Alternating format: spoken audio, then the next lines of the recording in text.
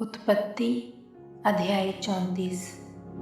और लिया की पुत्री दीना जो याकूब से उत्पन्न हुई थी उस देश की पुत्रियों से भेंट करने को निकली। और जब उस देश के प्रधान हित्वी हमोर के पुत्र शकेम ने उसे देखा और उसे ले जाकर उसके साथ कुकर्म करके उसको भ्रष्ट कर डाला, और उसका मन याकूब की पुत्री दीना से लग गया, और उसने उस कन्या से प्रेम की बातें की और उससे प्रेम करने लगा।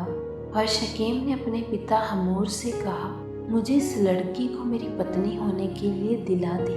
और याकूब ने सुना कि शकेम ने मेरी पुत्री दीना को अशुद्ध कर डाला है, पर उसके पुत्र उस समय पशुओं के संग मैदान में थे और वह उनके आने तक चुप रहा।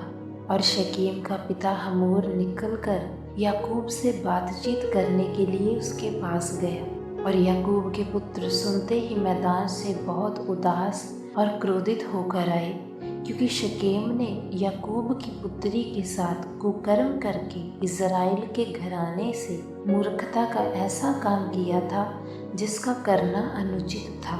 और हमोर ने उन सबसे कहा, मेरे पुत्र शकेम का मन तुम्हारी पुत्री पर बहुत लगा है, इसीलिए उसे उसकी पत्नी होने के लिए उसको दे दो और हमारे साथ विवाह किया करो।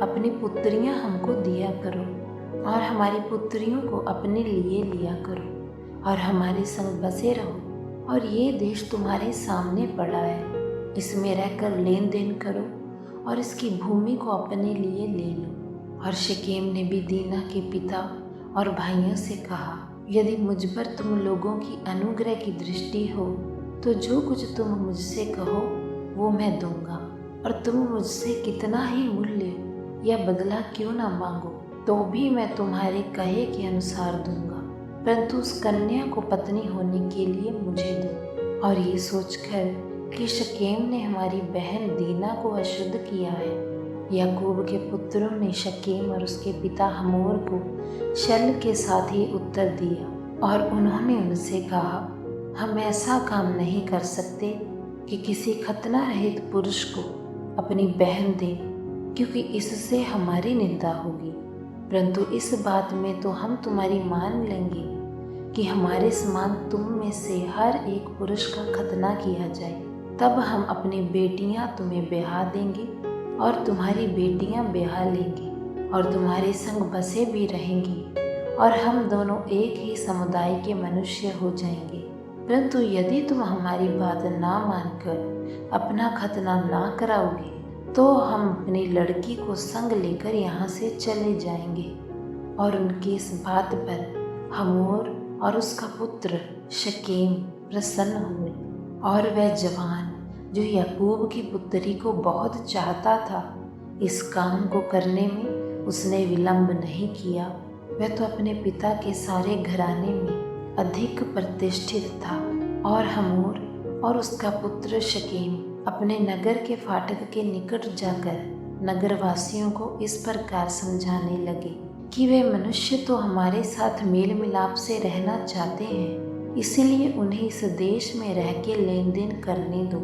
देखो, ये देश उनके लिए भी बहुत है, फिर हम लोग उनकी पुत्रियों को ब्याह लें और अपनी पुत्रियां उन्हें दिया करें। वे लोग केवल इस बात पर हमारे संग रहने और एक ही समुदाय के मनुष्य हो जाने को प्रसन्न है कि उनके समान हमारे सब पुरुषों का भी खतना किया जाए। क्या उनकी भेड़ बकरियां और गाय बैल वरन उनके सारे पशु और धन संपत्ति हमारी ना हो जाएगी? इतना ही करें कि हम लोग उनकी बात मान लें तो वे हमारे संग रहेंगे।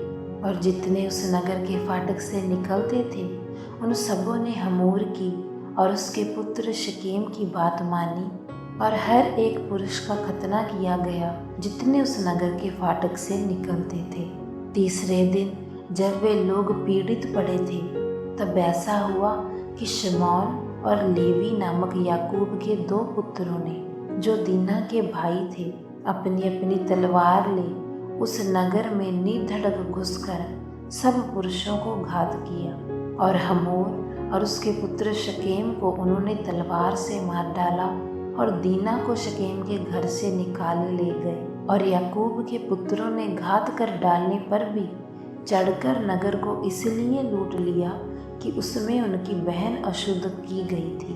उन्होंने भेड़ बकरी और गाय बैल और गधे और नगर और मैदान में जितना धन था, और उन्होंने भेड़ बकरी और गाय बैल और गधे और नगर और मैदान में जितना धन था ले लिया, और उनके बाल बच्चों और स्त्रियों को भी हर ले गए, वरन घर घर में जो कुछ था उसको भी उन्होंने लूट लिया।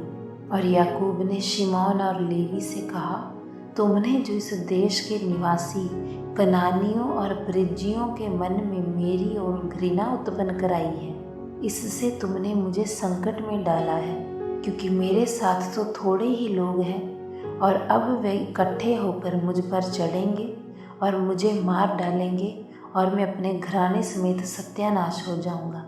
उन्होंने कहा, क्या वह हमारी बहन के साथ वेश्या के समान बर्ताव करे?